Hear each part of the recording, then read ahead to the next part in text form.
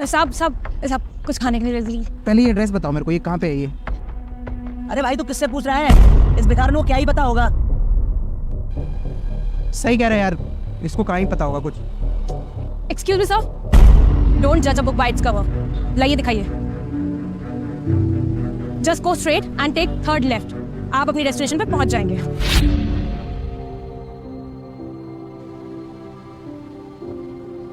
अरे क्या कह रही थी वो? पता नहीं यार, है तो भिखारन सी और इतनी अच्छी इंग्लिश बोल रही थी कि क्या बताऊँ तुझे। मुझे तो कुछ गड़बड़ लग रही है। एक काम कर, तू ना बाहर आ, हम उससे बात करते हैं, देखते हैं आखिर माजरा क्या है। अच्छा चल चलते हैं। सुनो, एक बात बताओ हमें, अच्छी खासी इंग्लिश बोल रही हो, देखने में भी अच्छे खासे घर से लग रही हो, और यहाँ बैठ के भीख मांग रही हो, क्या चल रहा है ये सब? अब साहब हालात ही कुछ ऐसे हैं, क्या बताऊं मैं आपको। और वैसे भी वो खाना मैं अपने आप के लिए नहीं मांग रही थी, वो तो मैं इस बच्चे के लिए मांग रही थी। 2 दिन से बहुत भूखी है। अरे जब बच्चे पाले नहीं जाते तो पैदा क्यों करते हो? और नहीं तो क्या। देखा साहब, आप लोगों ने बिना कुछ जाने बूझे मुझे फिर से जज कर लिया। ये बच्ची मेरी नहीं है, ये तो मुझे 2 दिन पहले मिली थी। मिली थी मतलब ये कि 2 दिन पहले कोई गाड़ी आई और वो कूड़ेदान के पास इस बच्ची को छोड़ के चली गई।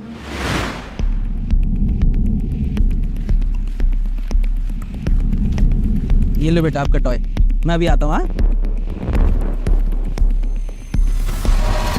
आज के ज़माने में भी कुछ लोग हैं जिन्हें लड़की नहीं चाहिए होती। लेकिन देखने में तो तुम अच्छे खासे घर से लग रही हो और पढ़ी लिखी भी लग रही हो, तो फिर ये फुटपाथ पे बैठकर भीख क्यों मांग रही हो? साहब वही तो मैं आपको बोल रही थी कि मेरे हालात ही कुछ ऐसे हैं। लेकिन ऐसा क्या हुआ तुम्हारे साथ? दरअसल साहब बचपन में ही मेरे माँ बाप गुजर गए थे। मैं तो अपने भैया और भाभी के साथ रहती थी।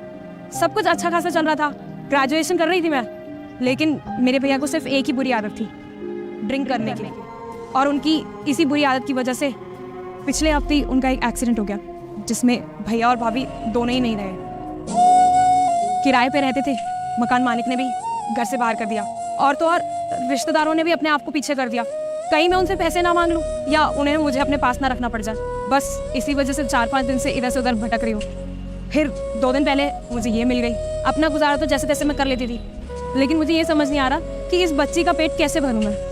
देखो, तुम्हारे बारे में सुनकर बहुत बुरा लगा, लेकिन हम लोग तुम्हारे दुख तो कम नहीं कर सकते, लेकिन हम तुम्हारी छोटी सी मदद ज़रूर कर सकते हैं। दरअसल हम लोगों का ना एक NGO है, GS फाउंडेशन, और हमारा NGO एक वृद्धाश्रम भी रन करता है। वहाँ पे बहुत सारे बेसहारा बुजुर्ग रहते हैं, और हमको हमारे वृद्धाश्रम के लिए ना एक रिसेप्शनिस्ट की ज़रूरत है। और तुम अच्छी खासी पढ़ी लिखी हो भी, अगर तुम्हें कोई एतराज़ ना हो तो क्या तुम हमारे वृद्धाश्रम में आके काम करोगी?